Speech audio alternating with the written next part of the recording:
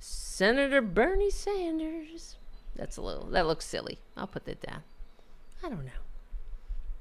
You can't really read along. It's too small. Bernie said today, he said, well, this was on the 6th, he released this. It should come as no great surprise that a Democratic Party which has abandoned working class people would find that the working class has abandoned them. First, it was the white working class. Now it's the Latino and black workers as well. While the Democratic leadership defends the status quo, the American people are angry and want change, and they're right. Today, while the very rich are doing phenomenally well, 60% of Americans live paycheck to paycheck, and we have more income and wealth inequality than ever before. Unbelievably, real inflation accounted for weekly wages for the average American worker are actually lower now than they were 50 years ago, which is a goddamn disgrace. Today, despite an explosion in technology and worker productivity, many young people will have a worse standard of living than their parents, and many of them worry that artificial intelligence and robotics will make a bad situation even worse. Today, despite spending far more per capita than any other country, we remain the only wealthy nation not to guarantee health care as a human right to all as a human right, and we pay by far the highest prices in the world for prescription drugs. We alone, among major countries, cannot even guarantee paid family and medical leave. Today, despite strong opposition from a majority of Americans, we continue to spend billions funding the extremist Netanyahu government's all-out war against the Palestinian people, which has led us to this horrific humanitarian disaster of mass malnutrition and the starvation of thousands of children.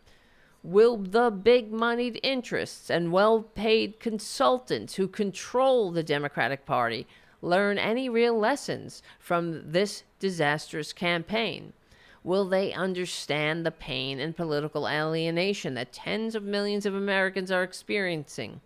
Do they have any ideas as to how we can take on the increasingly powerful oligarchy, which has so much economic and political power? Probably not. In the coming weeks and months, those of us concerned about grassroots democracy and economic justice need to have some very serious political discussions. Stay tuned. Bernie writes. Oops, shit, I almost fell. And yeah, he's 100%. He's 100% right, as usual. He's right, and that's the issue. The Democratic Party. Here's the thing: the nature of the political system that has legal bribes built right into it. As I said, the Democratic Party can't serve two masters. Instead of embracing the clear pro-working class agenda, Democrats nibble around the edges. Whether it be, I don't even know, a fear, I wrote this down here, let's see, of offending their benefactors, or just an inability to stick to a clear message. Democrats don't take credit. They don't even take credit for their policy successes. And, where am I? And point the blame at and you know, they don't take credit for policy successes, and they don't point their fingers at the Republicans who stand in their way. This is what gets me nuts. Because, you know, what is this incessant need to cry and boast about bipartisanship? Oh, we did it bipartisan. Nobody, who the fuck is voting for Democrats because they want to see bipartisanship? Anybody? Oh, I just really want them. Maybe they say that to a pollster. I'm sick of the division. They're sick of, the people are sick of shit getting worse. Fuck the division. They don't give a shit, clearly. Trump is the most divisive dirtbag in American history. And they voted for him because he represented some kind of change, I guess, or a fuck you to the system that hurts them, or whatever. I mean, I'm really there's so many it's not reasons or whatever. Like, I'm annoyed. Some of the people just voted for him because they like his fucking racism and shit. And but the others, you should be offended by that. But the fact that the Democrats can't message, they don't have a clear message and that's what's so infuriating. The whole time, the economy is keeping the whole world afloat. Apparently, I don't know what do they say? The world's economic assholes were like, the American economy is the best in the world, and inflation coming down faster, and everything else. The manufacturing that's come home thanks to Joe Biden, the infrastructure projects that are going on all over the country, some in Perjury Trader Green's district, right? We're expanding the solar panel plant there. They should have had a whole fucking press conference out there. Constantly. Biden should have had a press conference every other week or something. Why didn't he send out Harris every other week then? I know that Biden has trouble communicating. He should have sent Harris out there. So this is how many jobs are coming home. This is how we compare in inflation to the rest of the world. Get out some fucking charts. I know that people are still hurting, but this is what we have on our agenda. We're going to lower your taxes for the middle class, and not like Trump, who made this giant sweeping tax reform that made income income disparity and upward immobility worse. They never do that. They go, oh, I got my Republican friends over here. They voted for this. They voted with me, and here we are. We're all good friends now. When they're not, they don't, toot their own horns. Meanwhile, the Republicans, which is another example of the fact that it doesn't matter what you do. Clearly, don't rest assured that the American people are just going to know what you do for them. They're only hearing the negativity coming from the right. Don't rest assured that the American people will figure out the difference between truth and reality, and a fascist lie funded from the Kremlin. Don't rest assured. You got to tell them. You got to tell them. You're watching Fox News? Shame on you. That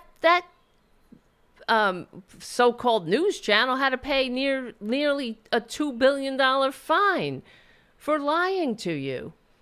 They actually went to court with Tucker Carlson and said no reasonable person would believe him. That was their defense. He's an entertainer. He's a clown. He tickles your angertainment center in your brain. So that's what they should have done. And, that's what the Republicans were doing. Fake news, fake news, fake news whenever anybody told the truth about the comment. And then why weren't they defending it unapologetically all the time? Not just once, not just during the January 6th hearings or whatever. All the time. There they go again. Lying again. Fake news again. Why? They just think, oh, look, we're all together now with Liz Cheney, and who fucking cares? Nobody cares that you got Liz Cheney. Who cares? What are you doing on the fascist propaganda channel? They're taking credit. For example, in the debate, I knew this off the top of my head. I don't know why Tim Walz didn't know it. When J.D. Vance was like, well, Trump was in office and wages rose for the first time in 50 years. Why wasn't he? Well, that's because of Democrats passing in blue states passing $15 minimum wage laws. Republicans sure do like to take credit for the Democratic policies that they stand against, and there they go again. They never say anything like that. And even after the fact, the Republicans have been working the refs for 50 years. The Democrats don't do that. And it's really annoying. Why don't they? Shame on the media for sane washing this con man. How dare they? And that's what, you know what I mean? Like for this Fox News. Fox News is fake news. For years, we've known. The studies have shown that people who watch Fox News are less informed than people who watch no news at all. The Democrats should be hammering that nonstop because that's how people get their message. No one's coming up with this shit on their own. They're hearing it. That's what they're like, a caravan's coming to kill me. Where do they get this fucking shit from? Not from reality. They get it from the propaganda networks. That's why they're like, oh, Putin, he's a great guy. I really like Putin. I love authoritarianism. It's the best. He's our friend. So where's the counter narrative to that? Anyone who says Putin's our friend should be ashamed of themselves. Putin is an anti-democratic foreign dictator who's trying to undermine our democracy. And everyone who spreads that should be ashamed of themselves. I'm sorry. You need to educate yourself. You should stop watching a propaganda channel that has to pay $2 billion for lying to you. Think about that. Why are they? You really think these billionaires have your best interest at heart? But we created this system. You see, the Democrats did this. They helped the Republicans seed the ground. Everything is cause and effect. The reason we're in this boat is because of Reagan and undoing the fairness doctrine and starting the process of deregulating the media, and then Clinton putting the nail in the coffin with the Telecommunications Act of 96. That's it. That's why we're here. That's what gave us Rush Limbaugh. That's what gave us the divided country and the silos of information where decent people, I'm sure the lady's very nice, who think Trump gave us a tax cut so families can have some breathing room. Lady, you've been suckered again. Who likes deregulation? We all want deregulation. Regulations suck. They just suck. Hands down. Everything sucks when it's regulated.